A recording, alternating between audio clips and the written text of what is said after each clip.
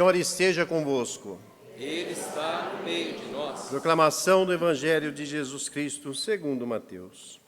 Glória a vós, Senhor. Naquele tempo, Jesus contou outra parábola à multidão. O reino dos céus é como um homem que semeou boa semente no seu campo.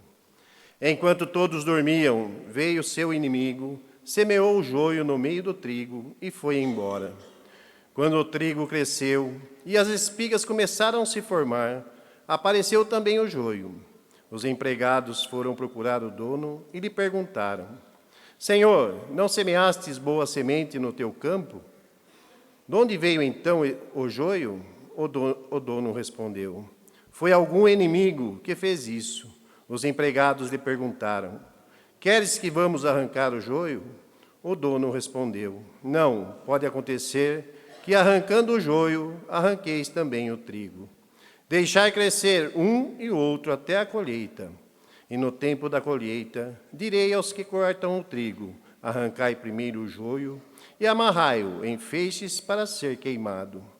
Recolhei, porém, o trigo no meu celeiro. Jesus contou-lhes outra parábola.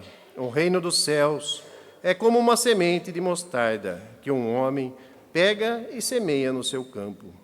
Embora ela seja a menor de todas as sementes, quando cresce, fica maior do que as outras plantas e torna-se uma árvore, de modo que os pássaros vêm e fazem ninhos em seus ramos. Jesus contou-lhes ainda uma outra parábola. O reino dos céus é como o fermento que uma mulher pega e mistura com 3 porções de farinha, até que tudo fique fermentado. Tudo isso Jesus falava em parábolas às multidões. Nada lhes falava sem usar parábolas, para se cumprir o que foi dito pelo profeta. Abrirei a boca para falar em parábolas, vou proclamar coisas escondidas desde a criação do mundo. Então Jesus deixou as multidões e foi para casa. Seus discípulos aproximaram-se dele e disseram: Explica-nos a parábola do joio. Jesus respondeu: Aquele que semeia a boa semente é o Filho do Homem. O campo é o mundo. A boa semente são os que pertencem ao reino. O joio são aqueles que pertencem ao maligno. O inimigo que semeou o joio é o diabo. A colheita é o fim dos tempos. Os ceifeiros são os anjos. Como o joio é recolhido e queimado ao fogo, assim também acontecerá no fim dos tempos. O Filho do Homem enviará os seus anjos e eles retirarão todo o seu reino, todos os que fazem outros pecar e os que praticam o mal. E depois os lançarão na fornalha de fogo.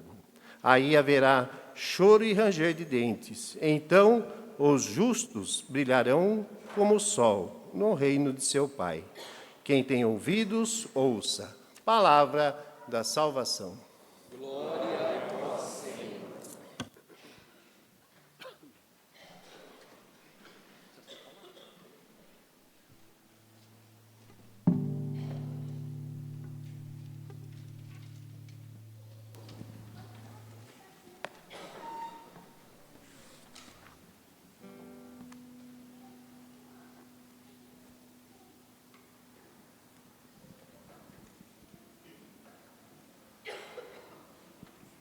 É sempre muito bom saber, ou por que não dizer recordar, que o Senhor, Ele é bom, que Ele é clemente, que Ele é fiel.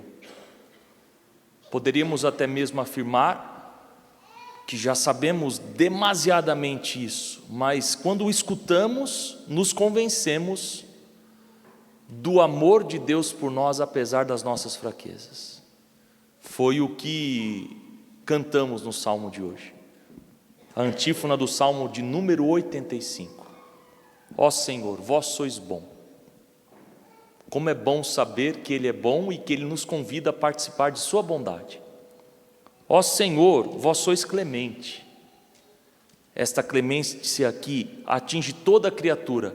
Esta clemência que atingiu o coração de Rita de Cássia, a ponto dela confiar cegamente no Senhor. Esta confiança que fez com que o seu coração ficasse repleto das coisas da eternidade. E por isso compreendeu ela que o sofrimento, no sofrimento, era uma maneira de Deus manifestar a sua clemência. Esta clemência que é repleta de uma única certeza: Deus é fiel e Ele não abandona nenhum de nós, ao contrário, Ele é o nosso parceiro, caminha dentro de nós, caminha ao nosso lado. É motivado por esta certeza, devotos de Santa Rita, que hoje aqui nos encontramos para celebrar o dia votivo da guardiã deste santuário, para celebrarmos com os nossos jovens a alegria da comunhão entre as paróquias dessa região pastoral de número 4, para celebrarmos o Deus do impossível na vida de cada um de vocês, devotos e devotas de Santa Rita, a quem chamamos a Santa das Causas Impossíveis. Vejam, a palavra de Deus deste domingo, o 16º do tempo comum, nos faz recordar o que ouvimos na semana passada, quando o semeador ele lança a semente e as sementes vão caindo ao longo do caminho. E nós, como filhos de Deus, insisto, apesar dos nossos pecados, nós que somos convidados a ter um coração bom, nós pedimos a nosso Senhor que Ele possa cuidar da semente que Ele lançou no nosso coração, esse terreno bom. Às vezes amargurado, angustiado, mas um terreno bom. Ele cuida, mas é necessário que nós também tenhamos este cuidado de zelar por este terreno bom, para que daqui possa sair as coisas boas, o que é mal nem entre, e se porventura entrar, que o Senhor tire de nós, como nós ouvimos na primeira leitura, tirada do livro da sabedoria. No entanto, dominando tua própria força, julgas com clemência e nos governas com grande consideração. O Senhor não nos trata como exigem as nossas faltas, pelo contrário, Ele nos trata com carinho, com amor, com compaixão. Nós até podemos nos convencer, e espero que vocês me entendam, que não é Deus que nos castiga, mas somos nós que nos castigamos quando nós fazemos as escolhas erradas na nossa vida.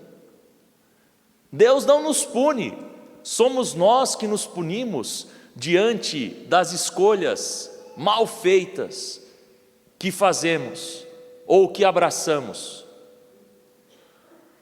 Fazemos tantas escolhas erradas, optamos por tantos outros caminhos, e pedimos ao Senhor que Ele não tire da nossa cabeça a sua mão, porque se Ele tirar sua mão de nossa cabeça, nós nos perdemos. E Ele não quer que nós nos perdemos, ao contrário, Ele se deu a revelar, Ele se deu a conhecer. Já no Antigo Testamento, Ele foi anunciado pelos profetas, pelos sacerdotes, pelos reis. E este anúncio atingiu o coração de muita gente, e tendo atingido o coração de muita gente, nós nos convencemos que este mesmo anúncio atingiu o nosso coração a ponto de nós deixarmos tudo para seguirmos o Senhor, para nos convencermos que de fato a clemência dEle nos alcança, que Ele de fato concede o seu perdão a todos nós, até mesmo aqueles que porventura estejam perdidos, até mesmo aqueles que conheceram a Deus, mas em determinado momento da vida fizeram a escolha errada de não mais querer ouvir a voz de Deus. Esses que procedem desta maneira, nós confiamos eles nas mãos de Deus. A nossa oração pode salvá-los, o nosso pedido pode alcançá-los, a nossa prece pode atingi-los. Por isso que o apóstolo Paulo, na leitura 2ª carta aos Romanos, vai nos dizer: o Espírito vem em socorro da nossa fraqueza, pois nós não sabemos o que pedir, nem como pedir. É o próprio Espírito que intercede em nosso favor com gemidos inefáveis. Não sabendo o que pedir, nem como pedir, abrimos o nosso coração para a ação do Espírito. O mesmo Espírito anunciado por Jesus, quando na sinagoga em Nazaré ele estava, e tomando o livro sagrado em suas mãos, proclamou: o Espírito do Senhor está sobre mim, porque Ele me ungiu, me consagrou, Ele me enviou com uma missão, a anunciar a boa nova do reino a toda a humanidade. Pobres aqui é a humanidade. Pobres aqui são aqueles que desejam tanto conhecer a Deus, mas por conta das precariedades tão inerentes à vida humana, são impedidos de conhecê-lo. Foram para estes que o Senhor foi enviado. Foi para Santa Rita que o Senhor veio. É para nós que Ele veio também. É por isso que nós não podemos desviar os nossos olhos do sofrimento.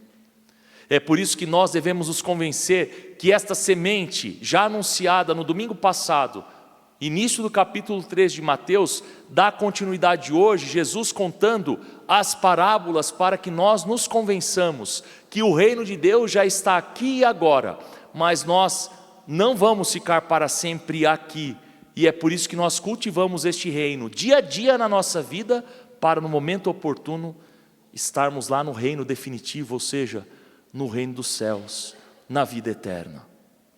Nós falamos tanto de céu, nós falamos tanto de vida eterna, mas parece que nós não queremos ir para o céu, porque na primeira dificuldade, haja visto a pandemia da Covid-19 que ceifou tantas vidas, era um cuidado necessário, sem dúvida nenhuma, todo aquilo que era normativa da vigilância sanitária, e nós devemos cumprir tudo aquilo que somos orientados, mas era um cuidado tão grande que inclusive até hoje muitas pessoas não voltaram a ter uma vida normal porque tem medo de morrer. Mas fala do céu. Eu quero tanto ir para o céu, mas eu tenho medo de morrer. É incompatível, a conta não fecha. Santa Rita falava do céu. Santa Rita configurou a tal ponto, ou de tal modo, a sua vida a Cristo, e vocês que são devotos há muito mais tempo do que eu, sabem da história dela muito mais do que eu, que na sua fronte apareceu uma chagas, se abriu uma chagas, e o odor era tão forte, era um cheiro ruim, pense num cheiro ruim, segundo nos garante a história, que no determinado momento em que ela passa deste mundo para o Pai, aquele cheiro se transforma num odor belíssimo. Por quê? O coração de Santa Rita acolheu a bondade, a clemência, a fidelidade do Senhor. Santa Rita, ela quis ser trigo nas mãos de Deus. Ela não quis ser joio. Esta é a primeira parábola que Jesus conta no Evangelho. E a pergunta que fica para nós: o que nós somos? Nós somos trigo ou joio? Para respondermos a esta pergunta, é necessário que nós saibamos quais são as nossas precariedades, quais são as nossas misérias. Nós temos pecados e é super normal ter pecado. Bom, como está sendo transmitido, deixa eu me explicar, porque podem cortar essa parte e falar que o padre disse que é normal ter pecado. Então, se você não tiver pecado, me conta como que é a fórmula, a receita, e aí a gente vai aplicar aqui para todos nós o santuário. Enquanto nós estivermos aqui, teremos muitos pecados, mas nós devemos fugir do pecado. Nós não podemos ficar alienados no pecado, ou nós não podemos ficar imersos no pecado. Nós devemos ter sempre mais essa vontade de vencer o nosso erro, a nossa limitação, a nossa fraqueza, que é tão grande. Porém, devemos reconhecer que muito maior é a misericórdia e o amor de Deus por nós, e é por isso que Ele é paciente para conosco. É por isso que Ele espera o tempo oportuno, ou melhor, Ele nos dá o tempo oportuno para que nós possamos acolher este perdão, este tempo oportuno que é hoje, aqui, agora. Nos arrependemos e voltamos para Deus. Pedimos que Ele tire do nosso coração tudo aquilo que nos impede de caminhar para frente. Nós não podemos ficar parados no tempo, porque se ficamos parados no tempo, seremos como este joio. Receberemos como grande prêmio a condenação eterna. Seremos lançados na fornalha de fogo. Seremos jogados no inferno. E eu acredito que não é este o lugar que nós escolhemos para a nossa vida. Já dizia um grande filósofo, acho que era Sartre, que o inferno é o outro, o inferno é aqui. Há controvérsias, o inferno existe e nós devemos temer ir para lá. E o que fazemos para não ir para o inferno? Devemos reconhecer que Jesus é misericórdia. Por isso que essa conversinha fiada, esse discurso escrupuloso, que tudo é demônio, tudo é diabo, tudo é o inferno, deve ser tirado do nosso coração. E devemos falar mais das coisas de Deus, nos revestir mais de Deus e ter a certeza de que Ele, apesar dos nossos pecados, sempre quer nos salvar. É preciso que nós queiramos esta salvação. É preciso que nós nos convençamos que o amor de Deus, o amor dele atinge a nossa alma, para que a nossa alma, a nossa vida, o nosso coração, tudo em nós fique plenamente impregnado de seu amor. Quando as irmãs lá no convento olhavam para Santa Rita, elas ficavam incomodadas porque Santa Rita, mesmo no sofrimento, estava feliz, estava vivendo a comunhão com Deus, não se deixou abater, não desanimou. E assim como a raça dos padres, as irmãs também eram da pesada, viu? Não queriam nem acolher Santa Rita, sabiam disso, né? E ela insistiu, foi Deus que me chamou, não foi essas freiras que me chamaram. Eu estou voltando esses dias de férias, acho que segunda que eu cheguei, como falam lá na minha terra, na Paraíba, não foi essas freiras sem futuro que disseram? Então, foi Deus que me chamou, é Ele que tocou o meu coração. E é por isso que nós falamos da paciência de Deus, porque Ele dá a oportunidade para que nós possamos mudar de vida. Foi isso que nós escutamos na primeira parábola. Os empregados perguntaram àquele patrão, o dono daquele campo: queres que vamos arrancar o joio? O dono respondeu: não, pode acontecer que arrancando o joio, arranqueis também o trigo. Deixai crescer um e outro até a colheita. E no tempo da colheita, direi aos que cortam o trigo: arrancai primeiro o joio e amarrai-o em feixes para ser queimado. Recolhi, porém, o trigo no meu cereiro. Vejam só, é no tempo oportuno. Nós estamos jogados neste mundão aqui. Estamos no Brasil, mas falemos do mundo, numa dimensão mais ampla que possamos compreender o que seja o mundo. Não tem só gente boa no mundo, tem gente mal também, tem gente ruim. Só que a gente não pode querer um mal para quem é ruim. A gente tem que pedir para Deus que essas pessoas se convertam. Porque no fundo, nós também somos maus, sabiam? Somos gente ruim, é verdade. Quem nunca pensou, ai, que este fulano morra? Não vou pedir para levantar a mão porque eu vou ser o primeiro. Nós já pensamos. No trânsito, em qualquer situação da nossa vida, muitas vezes nós somos joio. Optamos pelo mal. Na comunidade, ao invés de queremos ver a igreja, a comunidade crescer, nós queremos, parece que a comunidade diminua.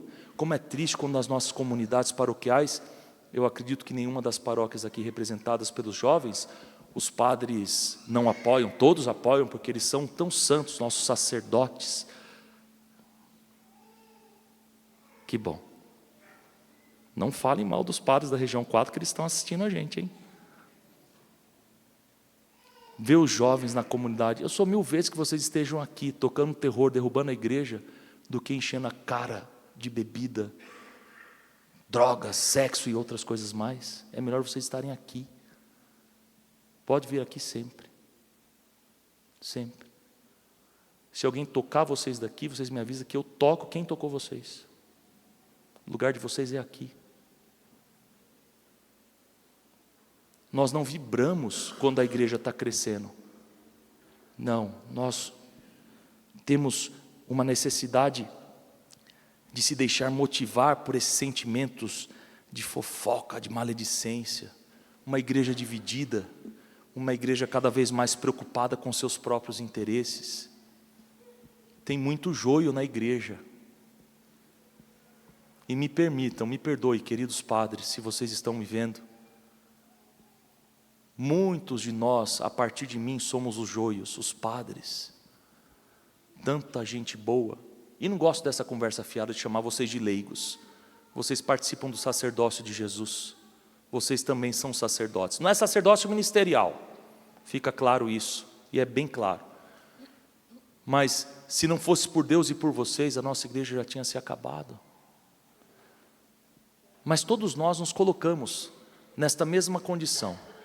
O cuidado, estar vigilante para não sermos como o joio.